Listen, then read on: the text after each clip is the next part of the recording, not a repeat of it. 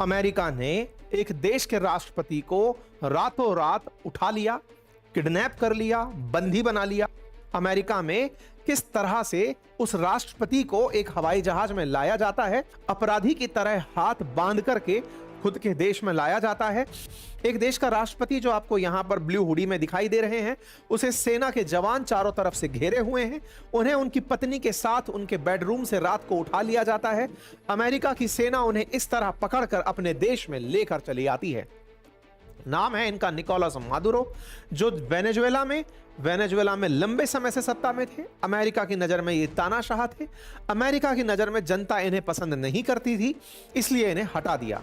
तो अमेरिका ने सीधा कहा कि निकोलस मादुरो, जो दुनिया के सबसे बड़े तेल के भंडार पर बैठे हुए हैं, उस तेल के भंडार पर बैठे राष्ट्रपति को हटाना जरूरी था, क्योंकि वो अमेरिकी कंपनियों को काम नहीं करने दे रहे थे।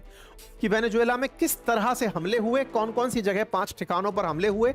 ये जो अंधेरे में चलते हुए आपको हेलीकॉप्टर से दिख रहे हैं, संख्या जिनकी 10 लग रही है, जानकारी निकल कर आती है कि 150 विमानों ने जाकर इस कार्रवाई को अंजाम दिया था।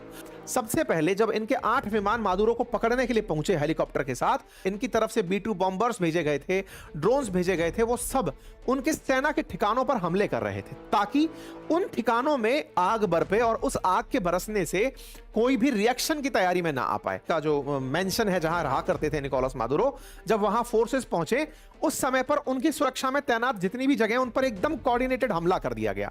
और वो जो कोऑर्डिनेटेड हमला था, उस हमले के बाद में बकायदा जो फोर्स पहुंची थी पकड़ने के लिए इन्हें, वो वहां पहुंचती है। वहां उनके जो निजी सुरक्षा गार्ड लगे हुए थे, उनके महल पर, उनके हाउस पर, वो इन पर हमला करते हैं। पुलिस के मतलब सेना के साथ भिड़ंत होती है अमेरिकियों की, और भिड़ंत के बाद फिर ये अंदर एंट्री करते हैं और इनको उठा करके यहां से ले जाते हैं। तो इन्होंने व्यवस्था क्या करी थी कि वेनेजुएला को चारों तरफ से ऐसे जो पानी के जहाज है ना, मतलब असल में क्या है ना, अमेरिका ने बहुत पहले ही युद्धपोत तैनात कर दिए थे, जिन पे हवाई जहाज, हेलीकॉप्टर ये सब खड़े थे। तो सबसे पहले उन्हें उठा करके ऐसे ही एक जहाज पर लाया जाता है, जिसका नाम USS आइवियो जीमा होता है।